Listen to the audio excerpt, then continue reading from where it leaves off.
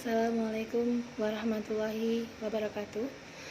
Syukur alhamdulillah kita masih diberikan Allah kesempatan untuk bertemu dalam proses pembelajaran jarak jauh di hari Selasa ini di materi pelajaran bahasa Indonesia.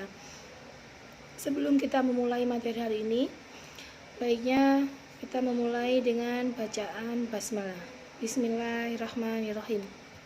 Semoga Allah memudahkan kita untuk melaksanakan program pembelajaran jarak jauh ini.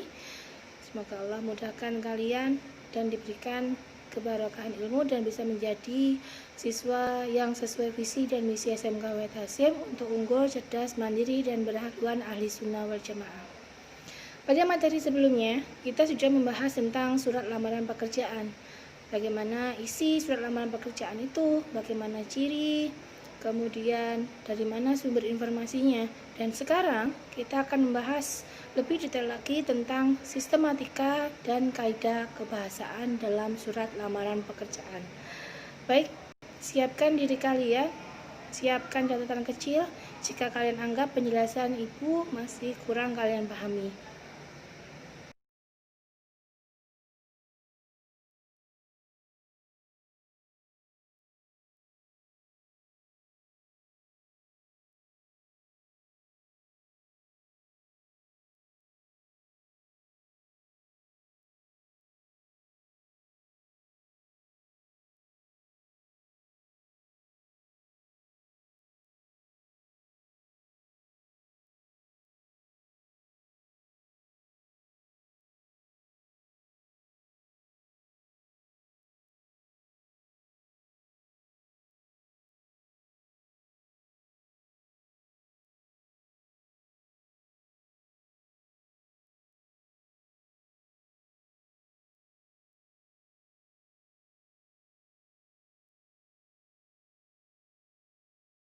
Sistematika atau urutan penulisan surat lamaran pekerjaan. Yang pertama, tempat dan tanggal surat. Yang kedua, hal atau perihal surat. Yang ketiga, lampiran.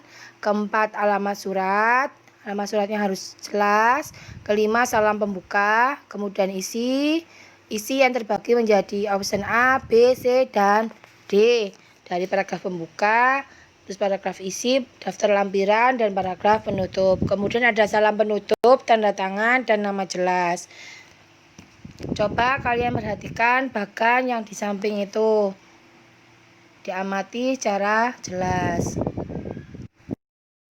Hal yang perlu dilampirkan dalam surat lamaran pekerjaan.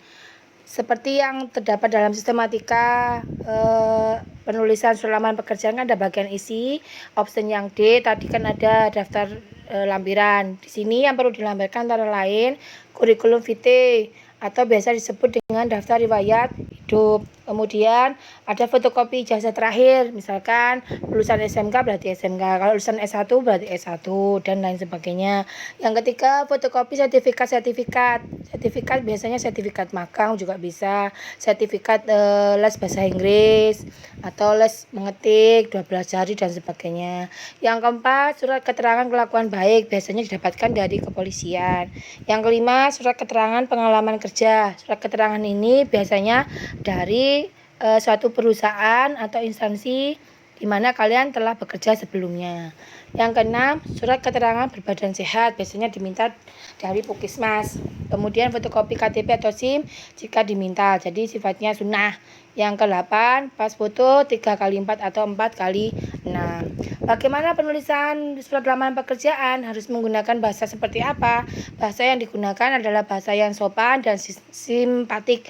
Maksudnya orang itu agar tertarik dengan kita. Biasanya dilampirkan sertifikat dan keunggulan kita. Misalkan dapat mengoperasikan MIOP, dapat mengoperasikan komputer, MS Word, Excel, animasi, dan sebagainya. Yang kedua, menggunakan kalimat efektif dan komunikatif. Kalimatnya tidak bertele-tele, tidak berlebih-lebihan. Yang ketiga, menggunakan bahasa baku sesuai ejaan yang disempurnakan. Yang keempat, ejaan yang tepat. Kemudian kalimat singkat, padat, dan jelas atau sama dengan kalimat yang efektif tadi. Berikut Ibu berikan contoh surat lamaran pekerjaan berdasarkan sumber informasi, yaitu inisiatifnya sendiri. Tanggal surat dituliskan Surabaya, 12 Juli 2020. Ini yang bentuknya baku. Tidak ada bentuk lain selain bentuk ini. Yang kedua, ada bagian hal, dituliskan permohonan pekerjaan. Ditulis huruf kapital awal, kemudian yang kata kedua pakai huruf kecil. Kemudian bentuk lampiran yang ketiga, dituliskan ke angka 1, kemudian huruf seperti itu, kemudian berkas. Karena ada lampiran-lampiran, maka jadinya harus menggunakan kata berkas, bukan lampiran lagi. Yang selanjutnya ada sistematika alamat surat. Alamat surat yang di sini jelas dituliskan yang terhormat titik.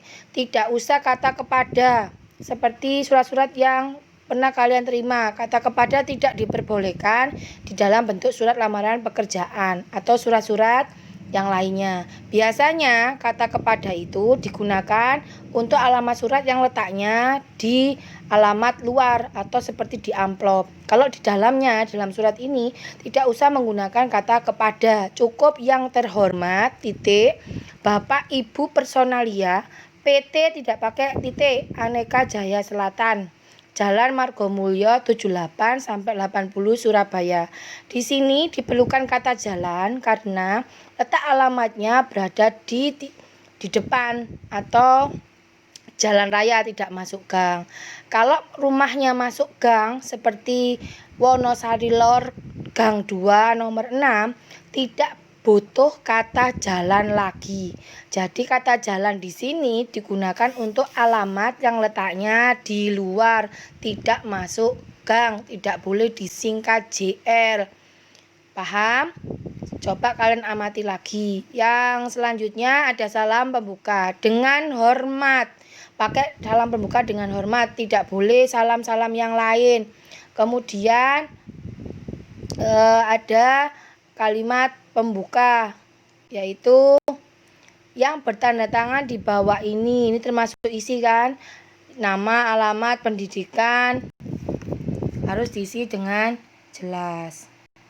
Lanjut ke bagian isi, yaitu kalimat bermaksud melamar pekerjaan sebagai manajer keuangan di perusahaan yang Bapak Ibu pimpin. Adapun sebagai bahan pertimbangan, saya lampirkan nomor 1 sampai nomor 5. Kemudian misalkan juga ditambahkan nomor 6, fotokopi sertifikat-sertifikat yang menunjang untuk melamar pekerjaan ini boleh.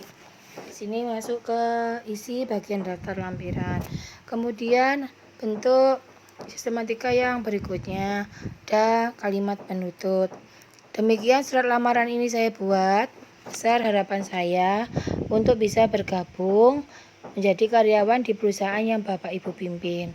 Atas perhatian Bapak Ibu, saya ucapkan terima kasih.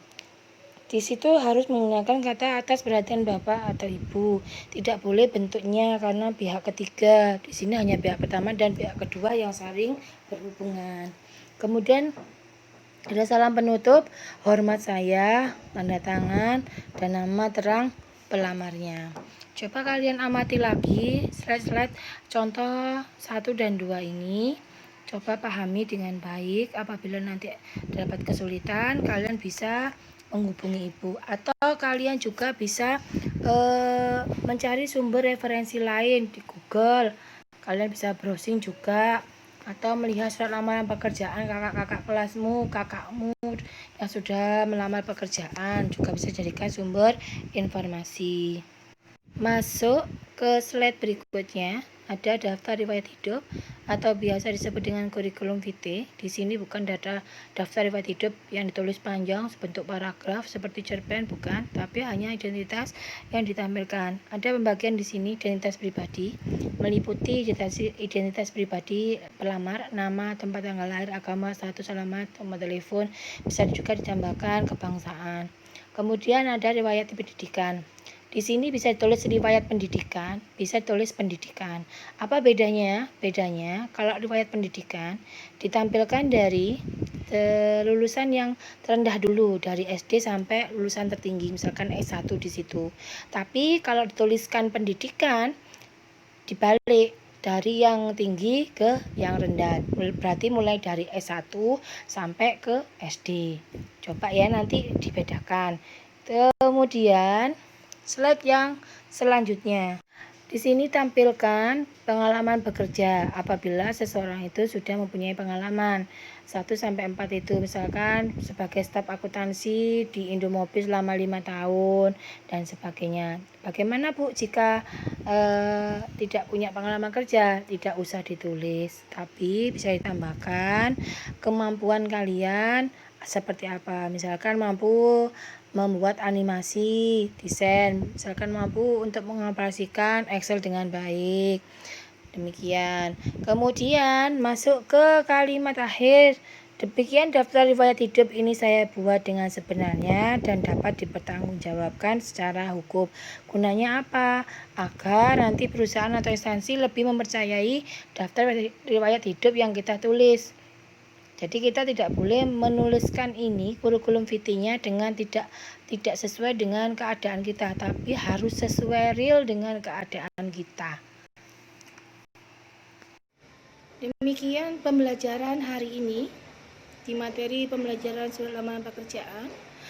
Ibu simpulkan pada materi hari ini, surat lamaran pekerjaan seperti yang kalian ketahui bahwa surat ini ditulis seseorang guna untuk melamar suatu posisi pekerjaan di suatu instansi atau perusahaan, di mana dalam penulisan surat lamaran pekerjaan tersebut harus memperhatikan sistematika dan kaidah kebahasaan pada surat lamaran pekerjaan. Kemudian dalam surat lamaran pekerjaan jika akan dikirim atau diajukan kepada suatu instansi, sebaiknya hukum yang wajib diberikan lampiran seperti fotokopi KTP, fotokopi ijazah, daftar riwayat hidup atau kurikulum vitae yang kalian buat, kemudian bisa surat keterangan sehat, surat kelakuan baik yang dimasukkan dalam amplop coklat besar yang tersedia toko-toko biasanya untuk melamar pekerjaan. Kemudian ditulis alamat suratnya secara jelas. Biasanya juga ditampilkan posisi dalam surat tersebut sesuai dengan instruksi yang kalian dapatkan. Baik anak-anakku, kalian sudah memperoleh tugas dari Ibu pada pertemuan sebelumnya. Ibu harap kalian bisa mengumpulkan pada pertemuan berikutnya sesuai jadwal yang akan Ibu berikan di setiap grup kalian untuk bisa ketemu Ibu untuk mengumpulkan tugas tersebut. Demikian pembelajaran hari ini. Ibu akhiri. Assalamualaikum warahmatullahi wabarakatuh.